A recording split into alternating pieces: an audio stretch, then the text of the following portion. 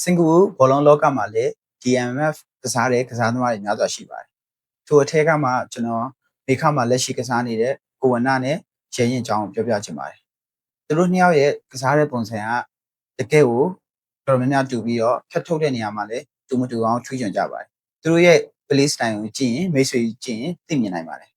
။အားလုံးပဲမင်္ဂလာပါ။အရင်တစ်ခေါက်ကကျွန်တော်ကဒီရှေ့တန်းဒီe-football တွေမှာရှိတဲ့ရှေ့တန်းတွေဘယ်လိုဆော့လဲဆိုတာကိုရှင်းပြပေးသွားပြီဖြစ်ပါတယ်။ဒီတစ်ခေါက်မှာတော့ကျွန်တော် e-football တွေမှာရှိတဲ့အလဲတန်းကစားသမားတွေရဲ့ဘယ်လိုကစားရတယ်ဘယ်လိုအလုပ်လုပ်ပုံတွေကိုကျွန်တော်ရှင်းပြပေးမှာဖြစ်ပါတယ် Let's go. Classic number 10 Classic number 10ဆိုတာကဒီအဓိကသူဆော့ရတဲ့ position တွေကတော့ဒီ second striker ပြီးတော့ assistant midfield ပြီးတော့ center midfield စသဖြင့်ဒီ position တွေမှာအများဆုံးတွေ့ရတတ်ပြီးတော့သူရဲ့အကြီးကလှုပ်ဆောင်ရမယ့်တာဝန်တွေကတော့အရှေ့တန်းနဲ့အလယ်တန်းကိုအခြေဆက်ပေးတာပေါ့နော် attacking midfield သို့မဟုတ် second striker position ပို့ပြီးတော့အများဆုံးတွေ့ရှိရတတ်တယ်အရေးချင်းအနေနဲ့ပြောမယ်ဆိုရင် vision ရှိရမယ် passing ရှိရမယ်ဘောလုံး control ထိန်းချုပ်မိရမယ်ပြီးရင် creativity ပေါ့နော်ဒါတွေလိုအပ်တယ်ဆိုတဲ့ဥစ္စာကိုပေါ်ညွှန်းတာဖြစ်ပါတယ်နောက်တစ်ချက်က creative playmaker ပေါ့နော်ဒီကစားသမားရဲ့အထက်က position မှာကစားလဲဆိုရင် second striker right one left one လို့နော် right midfield left midfield ပြီးတော့ AMF Fury မှာကစားတယ်သူရဲ့အထက်ကရှိရမယ့် skill ရောဒီ low pass တွေ lateral pass တွေ ball control တွေပေါ့နော် e-football တွေမှာဆိုရင်ဒီလိုကစားသမားတွေက Lionel Messi Kevin De Bruyne ဥပမာပေါ့နော်စသဖြင့်ဒီလိုကစားသမားမျိုးတွေမှာတွေ့ရတတ်ပြီးတော့သူတို့ရဲ့အထက်ကလှုပ်ဆောင်မဲ့တာဝန်တွေကတော့သူတို့နေရာလို့ဖန်တီးပေးရတော့နော်ပုံစံတစ်ခုဒီကိုလူရဲ့ဒီလမ်းကြောင်းတွေကိုထည့်ပေးရတော့ရှေ့တန်းလမ်းကြောင်းတွေကိုထည့်ပေးရတော့စသဖြင့်အလုပ်တော်ကိုလှုပ်ဆောင်ရတဲ့သူဖြစ်ပါတယ်နောက်ထပ် play style ကတော့ whole player play style ပဲဖြစ်ပါတယ်သုံးပြနိုင်တဲ့ position တွေကတော့ second striker assistant midfield right midfield left midfield ပြီးတော့ center midfield လို့ပဲဖြစ်ပါတယ်သူရဲ့အရေးကြီးရဲ့ဒီ contribute တွေကတော့ဒီ low pass ပြီးတော့ ball control ပြီးတော့နောက်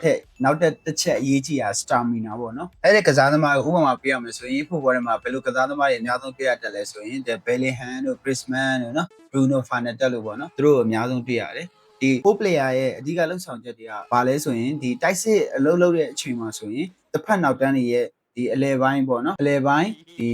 တစ်ဖက်စစ်ဟိုတဲ့ကိုဝင်ရောက်ကစားနိုင်တဲ့ကစားသမားမျိုးဖြစ်တယ်ပြီးတော့အလွယ်တကူပြောရရင်လည်းတိုက်စစ်ပြောင်းတဲ့အချိန်ပေါ့နော် attacking transition မှာဆိုရင်နေရာလို့ရှိရင်အမြဲတမ်းအရှိတ်ဘက်ကိုကျွေလာသွားတတ်တဲ့ကစားသမားတွေဖြစ်တယ်ပြီးတော့သူတို့ရဲ့အဓိကပြေးရတွေကအရန်အရေးပါတယ်ပေါ့နော်နေရာလွတ်တွေထိရောက်စွာရှောက်ပွေနိုင်တဲ့ကစားသမားမျိုးဖြစ်တယ်နောက်ပြီးတော့သူတို့ဘောတွေကိုလည်းပြီးပြီးအသုံးချရင်ဘယ်ကူလဲဆိုတဲ့ကစားသမားတွေပဲဖြစ်ပါတယ်နောက်ထပ် play style တစ်ခုကတော့ box to box play style ပဲဖြစ်ပါတယ် box to box play style ကို position ရ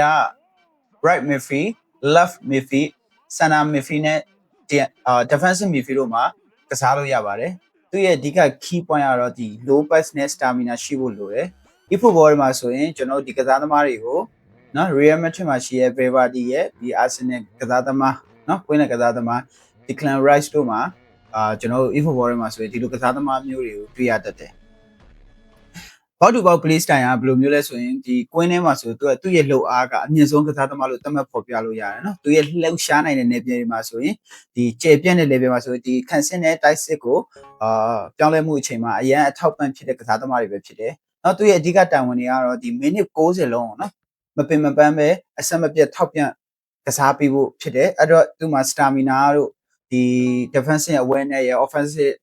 awareness ရဲ့လိုအပ်တယ်လို့ပြောချင်ပါတယ်ဒါကြောင့်ဒီကစားသမားဘောက်တူဘောက်ကစားသမားအတင်းတင်းမှာမရှိမဖြစ်ကစားသမားပဲဖြစ်ပါတယ်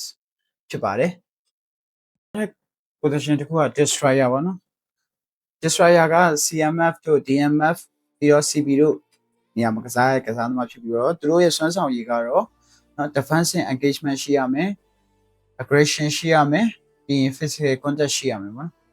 e-football ထဲမှာဆိုဒီလိုကစားသမားတွေက Ruben Dias တို့ Bruno Araujo တို့မှာအများဆုံးတွေ့ရပြီးတော့ legendary အနေ player အနေနဲ့ပြောမယ်ဆိုရင် Vieira တို့နော် Arsenal ကစားသမား DMF ပေါ့နော်ဒီလိုကစားသမားမျိုးတွေတွေ့ရတယ်သူက destroyer ဆိုတဲ့နာမည်အတိုင်းပဲတကယ့်ကိုတစ်ဖက်ရှေ့တန်းနေတစ်ဖက်လန်တန်းနေသူတို့နားမကတ်နိုင်အောင်သူတို့ဘောလုံးကိုဖြတ်ထုတ်တာခန္ဓာကိုယ်ပိုင်းဆိုင်ရာဖြတ်ထုတ်မှုတွေလုပ်ရတယ်သူတို့အသုံးချရတယ်သူတို့ရဲ့ဒီကိုးနောက်မလာနိုင်ဖို့အတွက်နော်အနိုင်ယူရတယ်တားဆီးကြရတယ်ဒီလိုဖြတ်ထုတ်တဲ့နေရာမှာဒီ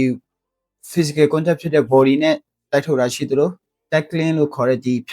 ခြေထိုးပြီးတော့ဖြတ်ထုတ်တာတွေ လုံနိုင်တဲ့ကစားသမားတွေကိုဆိုလိုတယ်စင်ကာပူဘောလုံးလောကမှာလည်း DMF ကစားတဲ့ကစားသမားတွေများစွာရှိပါတယ်ထိုအထက်ကမှကျွန်တော်မေခမှာလက်ရှိကစားနေတဲ့ကိုဝနာနဲ့ရဲရင်ချောင်းပြောပြချင်ပါတယ်